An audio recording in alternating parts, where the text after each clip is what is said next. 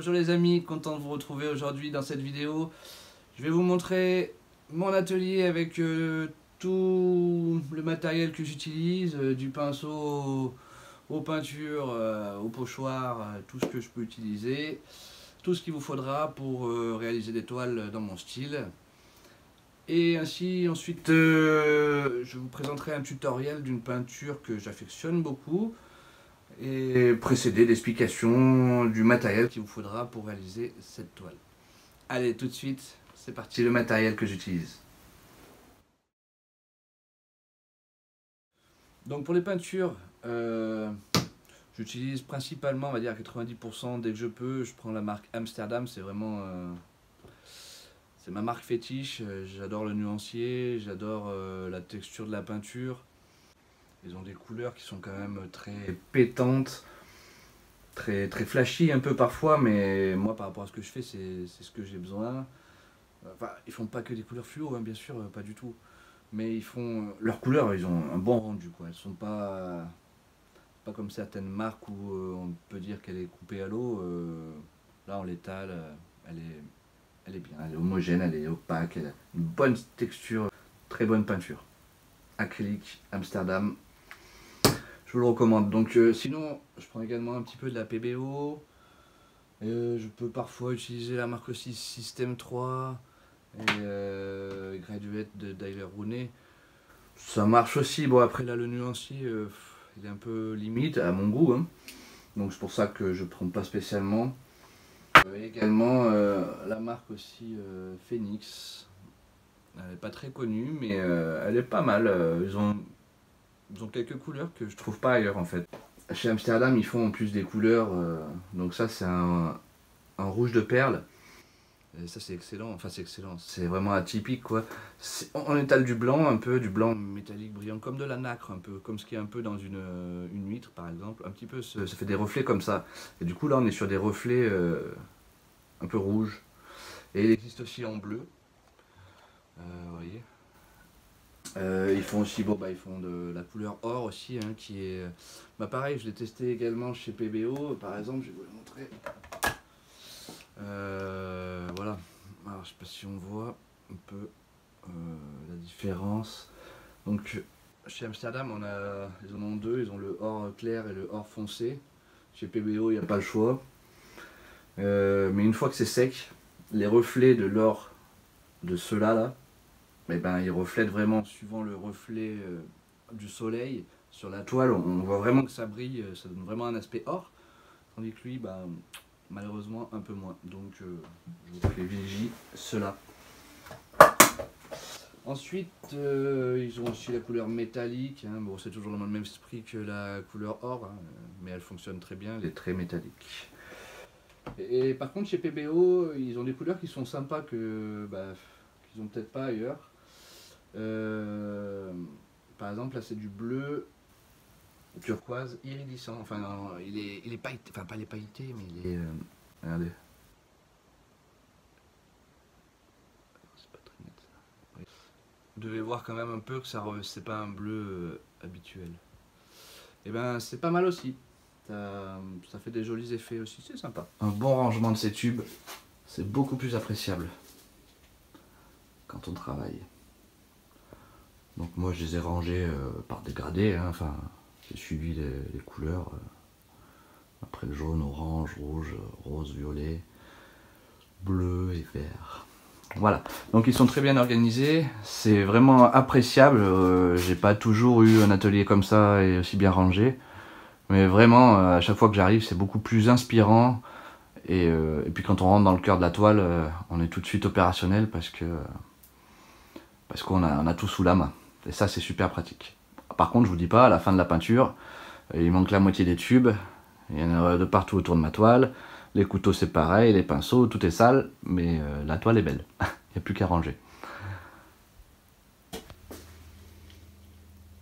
Le Pchit Pchit, ça c'est l'outil indispensable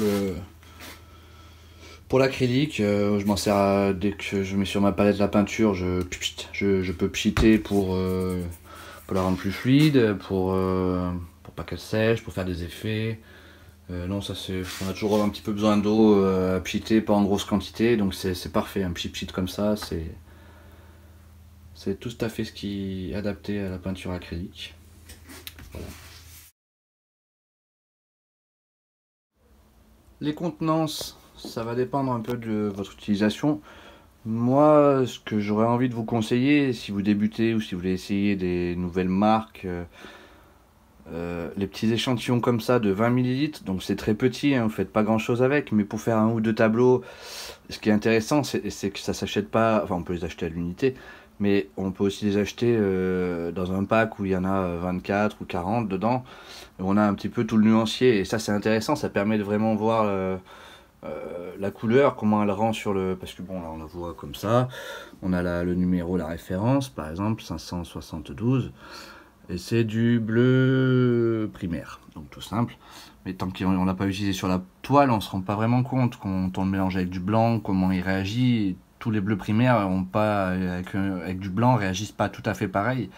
Donc voilà, pour essayer des peintures, c'est super, je trouve, d'acheter des petits packs de 20 ou 40 petits tubes comme ça. Ça vaut cher le millilitre par rapport à des grosses quantités. Plus on en prend, forcément, moins c'est cher. C'est comme tout. Mais pour commencer, pour choisir, pour essayer et trouver les bonnes couleurs, parce que quand on commande, même quand on regarde la couleur du tube, on s'en rend compte, mais il faut l'essayer en vrai. Donc ça c'est super. Ensuite, classiquement, c'est des tubes comme ça, 120 ml, ça permet d'en faire déjà pas mal. Après, en faisant de l'abstrait et en utilisant de la matière comme moi je fais, ça tombe quand même assez vite, hein, mais voilà. Après, c'est pour ça qu'il existe la taille au-dessus, donc on est à 250, ça fait à peu près deux tubes comme ça standard. Après, quand c'est vraiment une couleur que vous utilisez souvent, eh ben, prenez-la en plus grosse quantité, elle existe aussi en 500. Et après, peut-être pas chez Amsterdam, mais il y a d'autres marques pour moi j'utilise que le blanc et le noir en grosse quantité. En 750 ml ou même en 1 litre ça existe, mais ça permet pour le blanc et le noir, moi j'en utilise beaucoup, le blanc pour mélanger les couleurs et le noir pour faire les contours. Quand je fais les contours au rouleau, je consomme beaucoup de noir, donc si j'achetais des tubes comme ça ou même comme ça, ça tomberait super vite, ça coûterait vraiment cher pour faire juste la peinture des bords. Donc voilà, je vous conseille ça pour débuter, des petits échantillons, c'est pas cher, il y a quand même de quoi faire, parce qu'il y a quand même pas mal de tubes dedans, suivant ce que vous prenez, le nombre. Après, ça va le standard, bon voilà, c'est moi, c'est ce que j'ai principalement. En plus, ils sont bien en main, ils sont parfaits. Ceux-là, ils commencent à être un peu gros, il faut en consommer quand même, mais bon, moi je consomme pas mal, donc il m'en faut aussi. Puis de temps en temps, des petites folies, je prends des gros, j'en ai pas beaucoup, j'en ai quelques-uns comme ça. Mais voilà, c'est des couleurs que je me sers beaucoup, que j'aime bien. Celui-là, c'est le 200, le jaune azo clair 268. Je m'en sers pas mal et donc du coup, lui, j'ai décidé de l'acheter en grosse quantité. Pour les châssis, ça dépend ce que vous en faites, c'est toujours pareil. Moi, j'utilise la marque Monali que je trouve à Cultura. Je trouve que le rapport qualité-prix est bien. Que ce soit pour les châssis, donc ça c'est les châssis fins, les châssis donc cloutés et agrafés derrière. Donc ça c'est des bons châssis, il n'y a pas de problème. Les cales sont bien adaptées, les clés sont bien adaptées aux encoches. Pas de problème pour les mettre, ça fonctionne bien. Moi je recommande cela. L'espalter.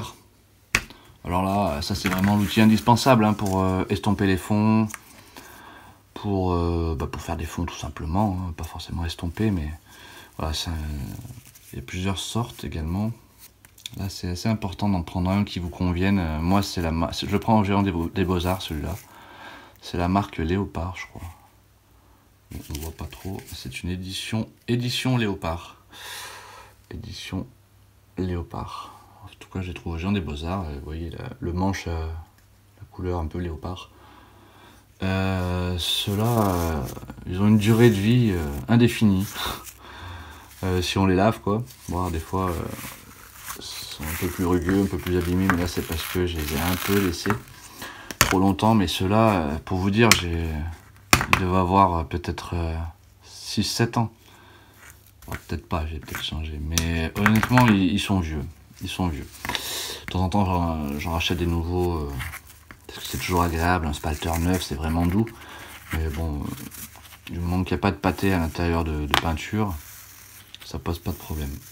Donc ça, je sais pas ce que c'est du poil en soie, je sais plus, poil synthétique, pardon, pas en soie. Et il y a aussi ceux-là, alors ceux-là ça n'a rien à voir, ça c'est très moche. On trouve ça dans les magasins de bricolage un peu, enfin celui-là, je ne sais pas où vous voyez, Lucas c'est la marque, c'est une marque plutôt pour le bâtiment. Honnêtement, un bon spalter, il n'y a pas besoin d'en avoir 50, hein. Si vous les lavez bien, ça dure longtemps. Après oui, si c'est important, enfin c'est intéressant d'avoir des tailles différentes. J'avoue que c'est un peu la taille, entre 6 et 8, là c'est la taille que j'utilise pas mal. J'en avais eu pris un de 10 ou de 12. Ouais, c'est sympa aussi, mais bon, c'est vrai que c'est plus pour des gros formats. Sinon, c'est pas bien utile.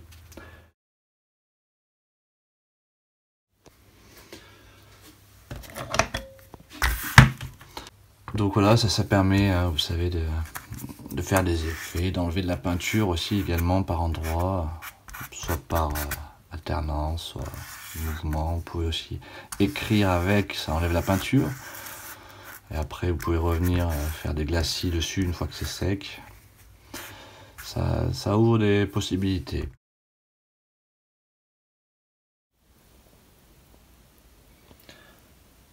Les couteaux. Alors, moi, ce qui m'importe surtout dans un couteau, bon, bah, c'est sa forme. Il faut prendre la forme qu'on a envie. Il en faut plusieurs, voilà, en fonction de ce qu'on veut faire. Ce que je veux dire surtout, c'est qu'il y a des couteaux qu'il faut surtout pas acheter. C'est que entre le manche et le niveau de la lame, en fait, ici, là, il n'y a pas assez. Alors si vous avez des doigts un peu gros, ou même des petits doigts, je suis sûr que ça passe pas. On a tendance à, quand on met un coup de couteau, s'il n'y a pas assez, ici, là, de là au sol, s'il n'y a pas assez de place, quand on a nos mains, régulièrement, on a nos doigts ici qui touchent.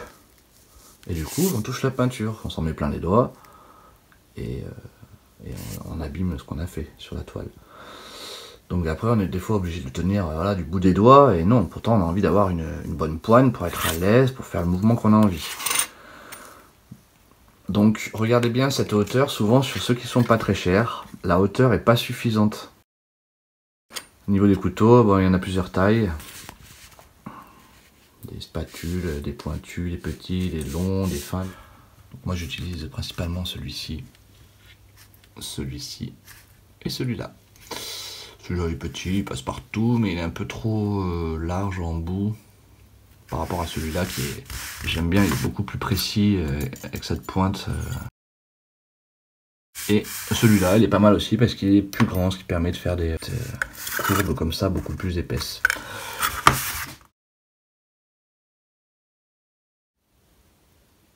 Ensuite, je vous présente les petits biberons, je les appelle des petits biberons, de chez Darwi, que j'achète également sur le site des Géants des Beaux-Arts.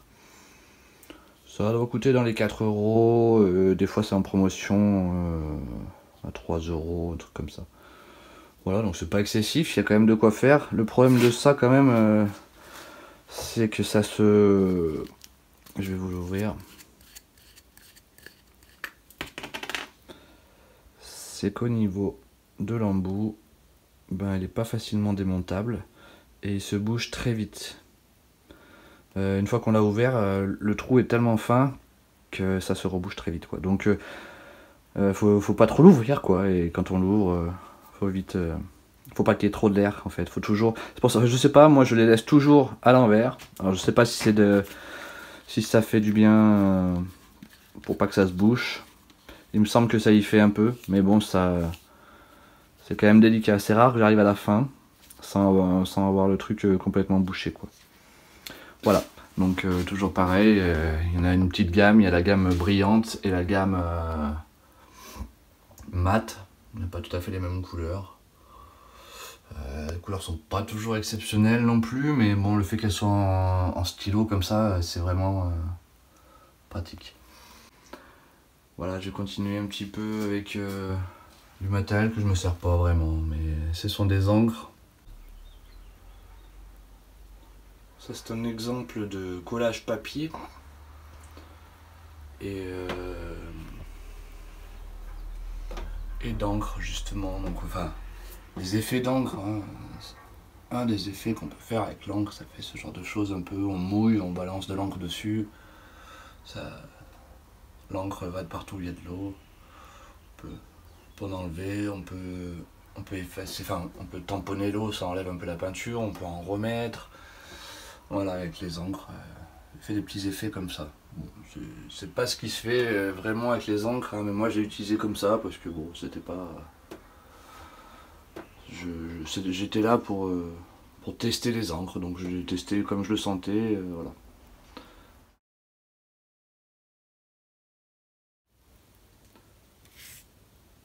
Les bombes aérosols acryliques. Alors moi j'utilise deux marques, mais il y en a une que je préfère. Ma préférée, c'est celle de Cultura encore, c'est la marque Gold. Alors celles-là, elles sont vraiment top. C'est pas du tout les plus chères. Elles ont des grosses quantités. Et la buse, honnêtement, je suis jamais embêté. Je secoue 2-3 fois, j'appuie et il y a la couleur. Quand vraiment il y en a beaucoup, je gratte un petit peu. Là, le dessus de la buse et ça suffit. Donc le pchit est fonctionnel jusqu'à la fin de la bombe et honnêtement on peut en faire, il y a de quoi faire avec une bombe. Donc franchement c'est celle que je vous conseille. Niveau qualité-prix c'est le top. Cultura, la marque Gold. Ça c'était encore acheté au Géant des Beaux-Arts, c'est la marque Belton. Ils sont pas mal, ils ont un beau nuancier, ils sont bien tous les deux, c'est à peu près équivalent au niveau des nuanciers. Là on a de rouge à peu près pareil. Il n'y a pas une grosse différence quand je les applique sur la toile. Par contre, ici on a quand même des buses qui s'abîment beaucoup plus vite. La peinture, il doit y avoir des composants différents à l'intérieur qui fait que c'est vite embêtant. Faut les gratter, même une fois gratté, le pchit ne vient pas, il vient d'un coup. C'est pas du tout par rapport à celle-ci qui reste beaucoup plus homogène tout le long jusqu'à la fin de la bombe, hein, même si vous en servez pas pendant quelques mois. On la reprend 2-3 coups et c'est parti. Donc je vous conseille vraiment celle-ci, c'est les meilleures à Cultura. Pareil, les bombes bien rangées, c'est toujours plus agréable. Donc vous voyez sur celle des Géants des Beaux-Arts, une fois qu'on a enlevé le bouchon, on a le petit liseré qui annonce la couleur de la bombe. Et sur celle de Cultura, on a carrément l'opercule en plastique là qui est encore plus tape à l'œil, où on se rend encore mieux compte je trouve. Donc voilà. Je montre un petit peu les couleurs. J'ai pas toutes les couleurs bien entendu, mais elle est très belle. Alors là on est vraiment sur de l'or, on dirait du chrome or. Elle est vraiment, quand on le met sur la toile, ça fait des reflets magnifiques, vraiment. Là on voit, enfin c'est vraiment, on dirait vraiment de l'or quoi. Alors que lui, ça fait beaucoup plus sapin de Noël, ça fait pas de l'or quoi, ça fait brillant jaune un peu. D'ailleurs on voit bien que ça annonce pas un doré comme ça quoi. Donc celle-là vraiment, on dirait du chromé doré. Elle s'appelle la Gold. Ah bah vous voyez, c'est Gold Chrome, donc c'est le chrome or. C'est pour vous dire que celui-là, elle est vraiment top. La référence, apparemment, je la vois, c'est la M3000.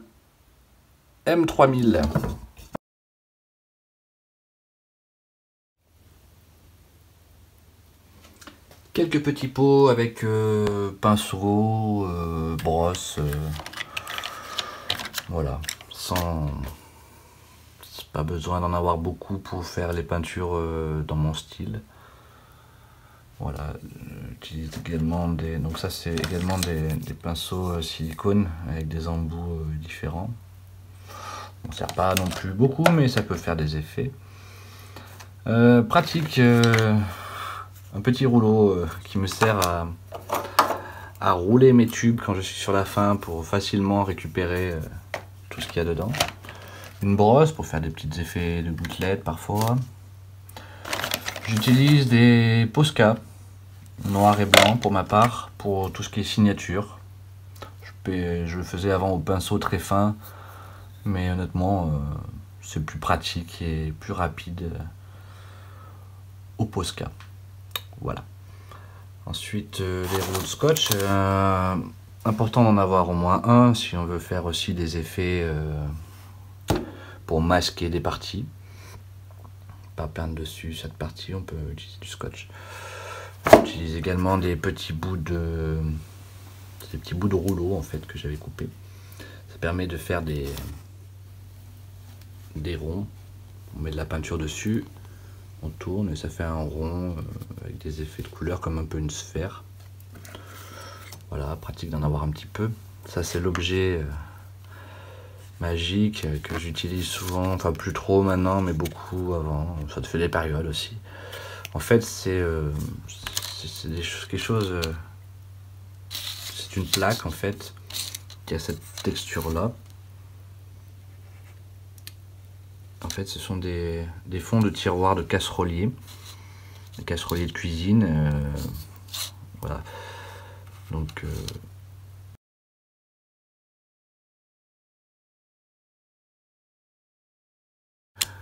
et donc du coup j'ai une plaque et je coupe des petits morceaux comme ça et ça me permet d'utiliser comme ça sur ma peinture. Je peux faire des arcs de cercle, on peut faire des traînées, des petites vagues et ça fait des beaux effets. Vous voyez en fait les stries qu'on voit, les petits, pas les stries mais ça fait des petits, là on voit mieux, ouais. Donc vous imaginez, ça fait comme une sorte de peigne un petit peu, hein. Mais voilà, ça fait un joli rendu, c'est assez fin, c'est pas trop grossier. Il y en a qui utilisent des peintres, des peignes de carreleur. Bon, bah, c'est un peu grossier quoi, ça fait quand même des gros traits ronds, des gros arrondis. Là c'est plus fin. Bon voilà, après pour ceux qui se demandaient ce que c'était ce petit outil que j'utilise parfois. Oui, je ne vous ai pas parlé du rouleau également. Le rouleau, indispensable pour ma part pour peindre les bords. C'est beaucoup plus pratique qu'au pinceau. Ça permet d'être plutôt très régulier au niveau de la bordure, malgré le cadre qui est des fois plus ou moins arrondi au niveau de l'arête. C'est pas toujours facile d'être droit, mais avec le rouleau c'est nettement plus efficace. Alors, par contre je vous conseille que si vous avez plusieurs tableaux à faire, de les faire en même temps, les bords, ou d'attendre que vous en avez plusieurs pour les faire parce que ça consomme beaucoup de peinture. Il faut que le rouleau s'imbibe un peu et donc il y a beaucoup de peinture qui rentre à l'intérieur du rouleau dans la mousse et celle-là elle est perdue.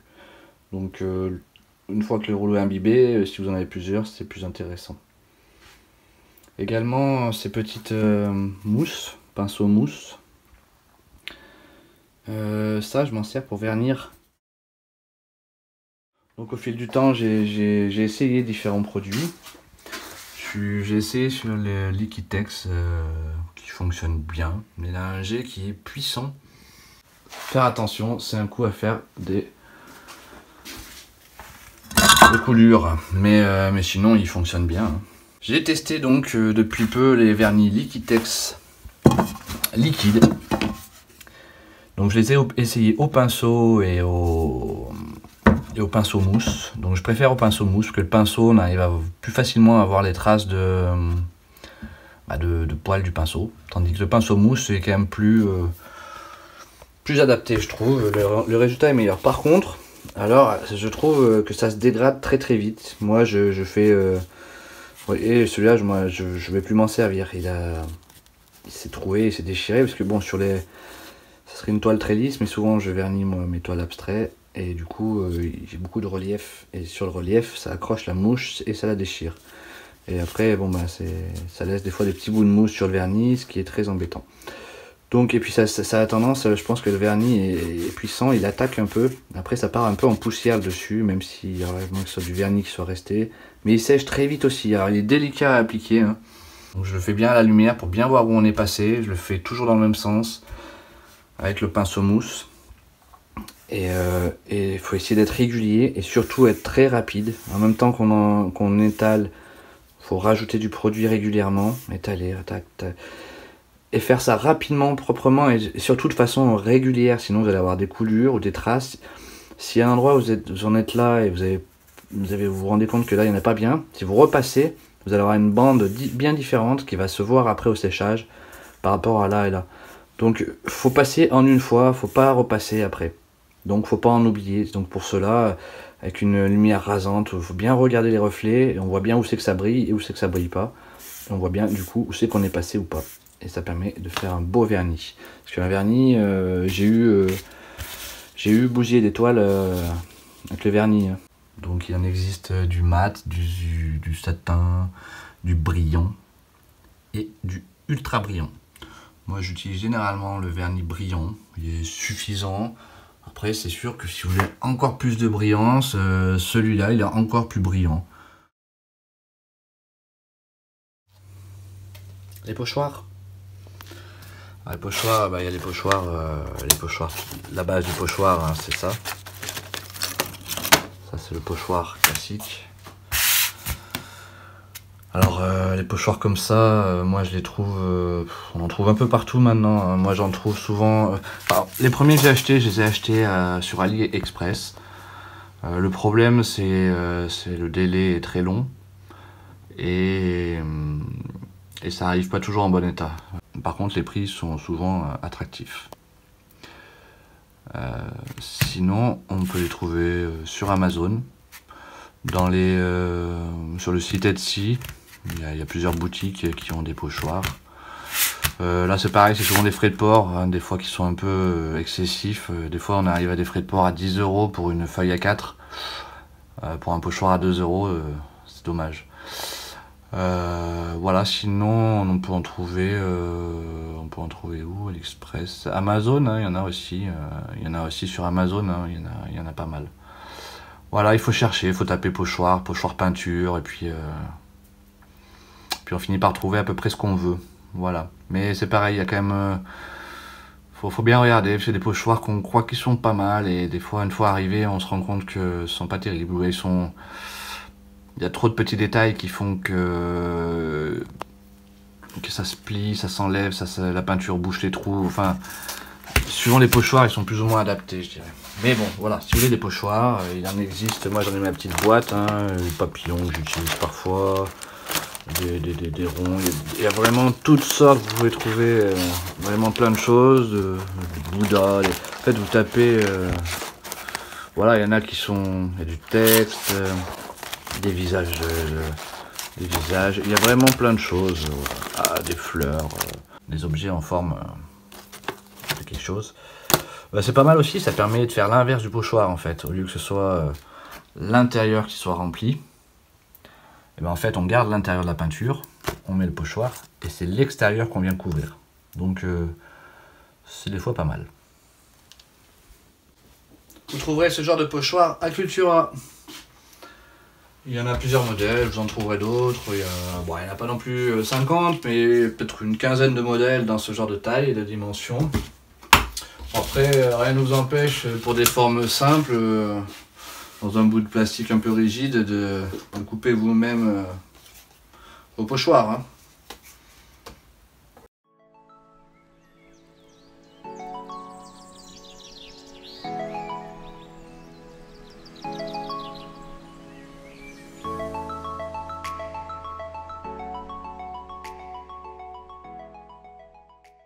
Il est tout à fait possible de réaliser soi-même ces pochoirs également, hein, si vous ne trouvez pas votre modèle ou si le modèle est simple, même s'il est compliqué, hein, c'est réalisable, c'est un peu plus long, un peu plus galère, mais honnêtement avec un peu de patience, un cutter et un espèce de morceau assez épais. Alors là c'est des dessous pour les enfants, vous savez, pour pour dessiner, pour pas qu'ils en mettent sur la table, qui dépassent, qui débordent, je veux dire. Pour faire de la pâte à modeler ou quoi, ça fait des espèces de... C'est un gros format A3, c'est assez gros, hein. C'est même plus gros qu'A3. Donc on peut faire des pochoirs dedans, hein. Donc moi je me suis fait mes petits ronds. On peut faire ce qu'on veut, hein, des carrés, des triangles, enfin tout ce qui est simple. J'avais fait aussi un peu un cœur, j'avoue que je m'en suis pas encore servi. Puis voilà, je voulais essayer des trucs comme ça, mais j'ai pas encore essayé, ça c'est tout frais. Voilà, c'est pour faire des effets de... Et bien sûr, ne jetez pas l'intérieur du pochoir que vous avez découpé, car le pochoir il s'utilise bien dans les deux sens. Voici ici un exemple réalisé avec un pochoir fait maison que j'avais fabriqué. Bon, il fallait un petit peu de patience quand même, puisqu'il y avait quand même un petit peu de découpe. Mais bon, et là j'ai rempli par contre pas à la bombe, hein, mais au couteau. Donc on a une épaisseur, bon, on voit pas très bien, mais il y a une épaisseur, et puis c'est ce qui permet d'avoir ces nuances à l'intérieur et ce dessin. Voilà, c'était donc un pochoir fait maison.